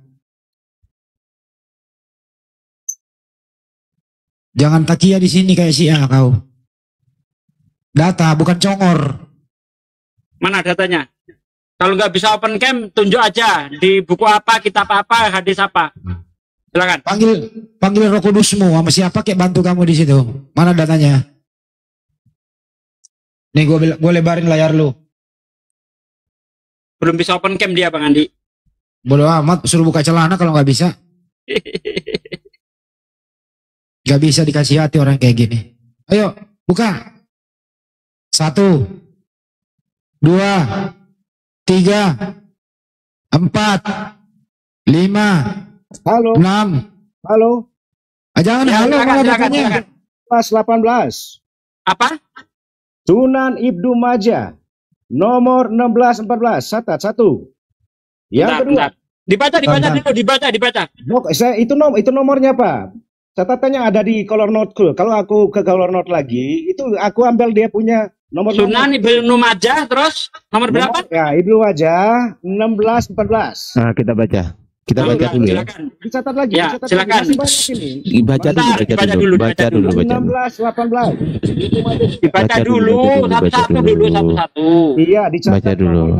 Kan Bapak minta nomor. Telah dibaca, sabar Pak. Sabar Pak. Pak 1614 Pak, lihat sini, lihat layar. Ini 1614 bukan? Ya, betul ya? Pak, pingsan. Gua hitung nih. Halo, Lihat dulu Pak situ Pak. Lihat dulu. Kenapa, Mak? Ini lihat ini Pak. Sunan Ibnu Majah 1614 betul ya? Nah, kita baca ya. Kita baca. Sabar. Kita baca satu-satu. Dulu, Pak. Aduh. Nanti itu Bukhari nanti. Kita tes nanti. Satu-satu dulu, Kocluk. Aduh. Ini orang apa sih? Satu-satu dulu. Terus. Satu-satu dulu. Bapak ngerti bahasa Indonesia nggak sih? Rasulullah Shallallahu Alaihi Wasallam bersabda di saat sakit yang membawanya pada kematian, sholat dan budak-budak yang kalian miliki, beliau terus mengucapkannya hingga lidahnya terasa keluh. Mana Pak? Di mana dikatakan di situ 3 tahun menderita? Woi, penista. Oh, Takia. Udus. Pokoknya tanpa tipu-tipu nggak laku Kristen. Ayo lanjut. Ini kan bener nggak aku? 16-14 ya. Ini loh. 18. Banyak Loh. ini. Itu kan saya kasih banyak. Ini salah berarti. Salah itu. Salah ya? 14 kan sudah. Iya itu salah. Salah apa benar? Salah apa bener 16? Pokoknya tadi kan kematian. Pokoknya. Kematian. Anda tadi mengatakan selama 3 tahun Nabi menderita setelah makan racun. Mana? Ada. Nah, ini salah ya. Ini nggak cocok ya. Yang kedua. Ya ini salah nggak? Ini diakui salah kan? Akui dulu itu Pak. Akui dulu ini, telan dulu lidahmu itu loh. Tadi. Akui dulu, makan dulu kotoranmu. Hei, akui dulu ini, kotoranmu lu makan dulu, akui dulu. Ini bagaimana Pak dikeroyok begini, dengar dulu. Nggak, akui dulu ini salah. Ya itu kan, saya tidak akui salah, tapi itu kan benar karena dia. Yang mana datanya? Mana bunyinya? Di situ 3 tahun menderita mana? 3 tahunnya di belakang. At-Tabagat Ibnu Sa'd halaman 25. Apa itu? At-Tabagat itu apa sih? Apa sih? Ibnu Sa'd halaman 25. Maksudnya At-Tabaga itu Latambaga maksudnya. Ya. Lambatong. Pak, At-Tabagat itu apa Pak? At-Tabagat itu apa sih? At-Tabagat itu apaan Pak? Mana ada At-Tabagat? Kau ini. Dicatat itu Pak. Loh dicatat. Lah ini saya ketik di sini loh Pak. Pak dengerin. Nggak ada. Ini coba lihat. Ada nggak At-Tabagat di sini? Coba di sini Pak. Coba lihat nih. Ini di layar. Coba lihat di layar saya. Tenangkan dulu. Tenangkan dulu Pak. Ini ada Bukhari, ada Muslim, Tirmizi, Abu Dawud, Nasai, Ibnu Majah. Mana At-Tabagat mana? Ini orang habis makan tembaga ini. Habis makan tembaga ya Pak? Baru denger aku ada hadis At-Tabagat. Nanti hadis Maryam lagi. Gepeng ini orang. Gepeng. Gepeng. Aduh, apa kita? At-Tabagat itu apa sih? Ini Oten ini kalau nggak bohong nggak hidup kali ya. Aduh, ngapa harus tipu-tipu Pak supaya laku agamamu atau gimana? Ayo ngomong lu lagi lu. Aduh, parah ini. Tembaga lu bawa-bawa. Apa? Tabaka apa sih Tabaka? At-Tabagat aku nggak ngerti aku. Nggak pernah dengar ada hadis At-Tabagat. Coba minta Banyuma dulu, jelaskan dulu Tabaka apa Banyuma? Latambaga maksudnya itu kan Mbak. Ada aja nih Oten ini. Halo. Susah karena titipan Bang Handi, salah catat Kiko dong. Oh, salah catat. Ya kan mereka ini orang nggak ngerti. Pak, dikasih kalau materi. boleh satu-satu ya. Yang satunya belum ngomong, satu dia Bapak catat, yang lain buka. Enggak, masalahnya Bapak nunjukin data yang tidak ada di Islam. Oh, Tabakat tidak ada ya? Apa itu Tabakat itu apa Pak? Latambaga bukan? Iya, berarti isi dari tadi Ibnu Majah itu sudah kita sepakat bahwa lidah Nabi Muhammad keluh saat mau menghadapi kematian kan? Iya, namanya orang mau kematian Pak, pasti keluh lidahnya. Daging itu Pak. Loh, bagian kabar. Dan itu kurang lebih 3 tahun 4 tahun yang lalu kok. Ini saya kasih At-Tabagat itu kan secara harafiah yaitu kaum yang serupa atau sebaya. Sedangkan menurut istilah At-Tabagat yaitu kaum yang berdekatan atau yang sebaya. dalam usia, dalam isnad, atau dalam isnad. Mana? Ini nggak bicara salah. Tidak ada hubungannya itu. Makanya gue katakan lah tembaga. Ada Ibnu Majah 1618, Bukhari 5216, Bukhari 5229, Bukhari 4081. Satu-satu Pak. Satu-satu. Dijelaskan bahwa Nabi Muhammad itu mati karena racun, Pak. Satu-satu Pak. Itu banyak. Ya. Tadi kamu bilang menderita 3 tahun, Coach Lu. Sedikit. Mana? Yang menderita 3 tahun mana? Yang Tabagat tadi itu, Pak. Enggak ada tabakat itu. Oh ya, Tabakat 3 ada lagi ya. Dia ini mengumpulkan data memang dari para pembenci Islam yang referensinya itu menggunakan bahasa Inggris. Ibnu Majah ya. Narasi-narasi yang dia bangun itu referensi yang dibangun oleh pembenci Islam yang dikumpulkan dari sumbernya itu bahasa Inggris. Dia itu ngambil terjemahan dari sana. Itu sudah kita gali semua datanya itu. Udah kau ke neraka aja dah. Ustaz, udah kau ke neraka aja udah. Ya udah. Hoax terus ini orang. Parah. Ada hotel 1 tuh si Roy itu. Tes. Roy, silakan Roy. Yo, selamat malam. Malam. Yo, selamat malam buat saudaraku Muslim. Topiknya ini Roy. Ya. Siapakah? Kenapa ada Tuhan mati menderita? Melebihi penderitaannya manusia. Silakan. Bagaimana? Suaranya kurang jelas.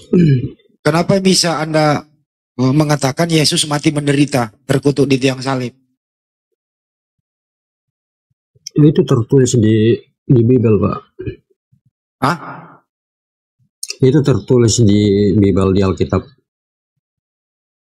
Silakan Pak Nyuma, dia akui Tuhannya mati seperti itu. Iya, karena memang tertulis begitu, Pak. Loh.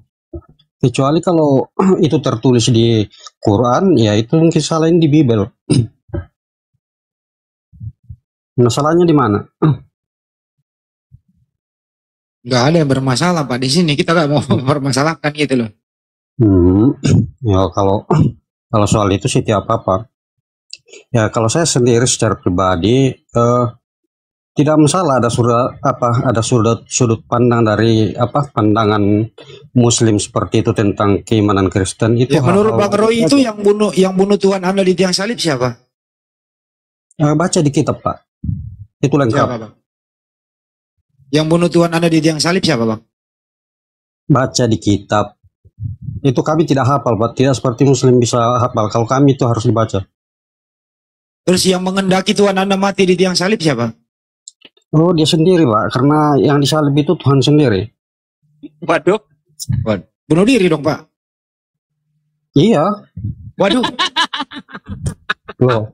Itu dia sendiri menghendaki jika Anda memiliki sudut pandang seperti itu ya berarti seperti itu. Ya wajar karena Anda Muslim kan wajar meyakini seperti itu. Kalau Anda tidak meyakini seperti itu sudah pasti Anda Kristen. Karena Anda meyakini seperti itu ya wajar Anda Muslim. Terus masalahnya di mana? Anda yang bermasalah Bang. Tuhan juga bunuh diri. Tuhan Anda itu apakah Tuhan kami juga? Oh tidak, justru itu yang saya ingin tanyakan ke Anda. Jadi Tuhan Anda itu bukan Tuhan kami juga? Menurut Muslim, Qurannya itu kan penyempurna.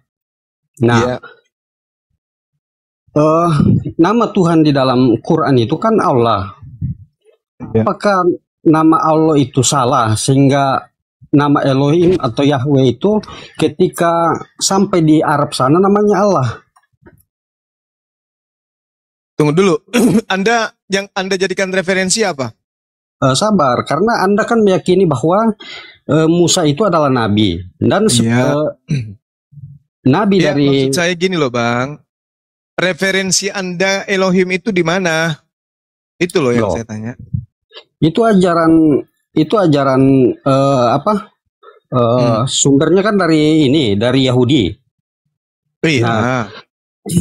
Nabi Musa sendiri itu kan orang Yahudi. Mereka meyakini bahwa nama Tuhan itu adalah Yahweh. Nah, Anda sendiri kan mengakui bahwa Musa itu adalah nabi muslim juga. Nah, kenapa ketika sampai 600 tahun kemudian sampai di Arab sana itu kok berubah jadi Allah? Maksudnya bagaimana ceritanya? Sebelum dijawab Bang Juma, jawab dulu, nama Tuhanmu siapa? Tidak perlu ke situ. Kau yang rubah nama Tuhan ini. Tidak. Saya ingin clearkan dulu. Ya, dijawab dulu, nama Tuhanmu siapa? Ya ini dulu Bang, sebelum ke Bang Juma, nama Tuhanmu siapa bro? Satu-satu lah. Iya, sebelum dijawab Bang Juma, nama Tuhanmu siapa? Tidak, saya ngobrol dengan Bang Juma. Ya susah amat sih kau jawab nama Tuhanmu siapa? Loh, saya sendiri kok, kamu 3 orang. Ya udahlah, nggak bisa, nggak bisa dia. Jadi gini, bentar, ya, di bawah kalau ada Bang Samudra dinaikkan, beliau mau menginformasikan ada yang bersyahadat. Jadi gini, Saudara Roy. Belum clear. Yang saya ingin tanyakan begini. Iya. Apakah menurut Islam nama Tuhan itu salah di zaman sebelumnya sehingga ketika Al-Quran datang merevisi itu menjadi Allah? Oke, kami jawab ya. Ya, jawablah. Oke, dengarkan. Allah Subhanahu wa taala kemudian menjelaskan dalam Al-Qur'an, "Wa ma arsalna mir rasulin illa bilisani qaumi liyubayyana lahum wa yudillullahu may yasha wa yahdi may yasha wa huwal azizul hakim." Allah tidak mengutus seorang rasul pun melainkan dengan bahasa kaumnya. Jadi Allah datang kepada Nabi Musa, kalau kaumnya menggunakan bahasa Ibrani, maka Tuhan menyatakan diri kepada nabinya dengan menggunakan bahasa Ibrani. Kalau bahasa Inggris, Yunani, kan gitu ya. Itu satu poin. Nah, Nabi Musa alaihissalam kemudian diceritakan dalam Al-Quran bahwa Nabi Musa memperkenalkan nama Tuhannya kepada Bani Israel itu berdasarkan Al-Quran dengan sebutan Allah. Innani anallah la ilaha illa ana. Ternyata nama Tuhan yang datang kepada Bani Israel itu hanya gelar. Belum menyatakan nama pribadi. Mana maksud, contohnya di mana? Misalnya Anda baca di dalam Keluaran 6. Keluaran 6 misalnya, Keluaran 6 nomor 3. Di situ dikatakan, wa era el Abraham el Yisak wa el Yakob ba el Saddari usemi yothefafe naudati lahem. Aku menyatakan diri kepada Abraham, Ishak dan Yakub. Aku menyatakan diri, akulah Tuhan. Aku menyatakan diri kepada Abraham, Ishak dan Yakub. Tapi tentang namaku, aku tidak sampaikan kepada mereka. Nah, sedangkan ketika dikatakan Usemi Yod-Hefafe, kalau Yod-Hefafe ini adalah nama Tuhan, itu keliru. Itu hanya gelar. Kenapa saya katakan itu hanya gelar? Karena di sini dikatakan Keluaran 6 nomor 3. Aku menyatakan diri kepada Abraham. Tapi tentang namaku aku tidak sampaikan kepada Abraham. Tapi faktanya, kalau Yod-Hefafe itu adalah nama Tuhan, kenapa Abraham justru di Kejadian 15 memanggil Tuhan itu dengan panggilan Yod-Hefafe? Contoh, kita lihat.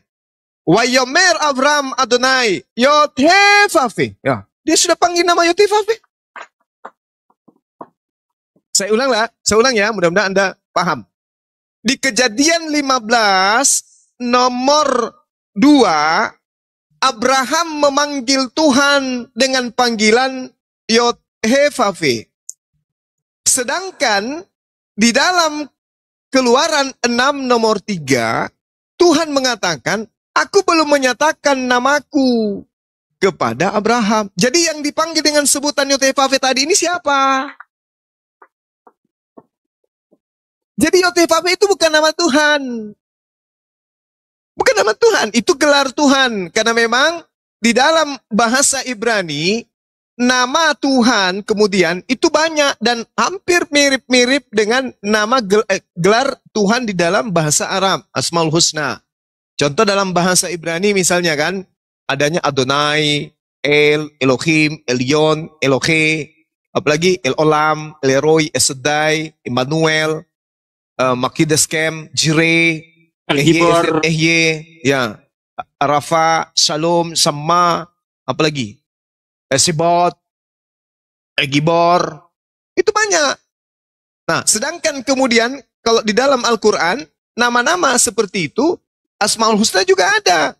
Tapi itu semua adalah gelar. Nama-nama, gelar-gelar mulia yang melekat pada sifat Allah itu sendiri. Nah, sedangkan Yotevave itu, Bung, itu bukan nama, itu termasuk gelar. Kalau di Islam kita itu jelas. Ar-Rahman, Ar-Rahim, Al-Malik, Al-Quddus, As-Salam, Al-Mu'min. Itu semua gelar-gelar nama Tuhan. Gelar Tuhan tuh.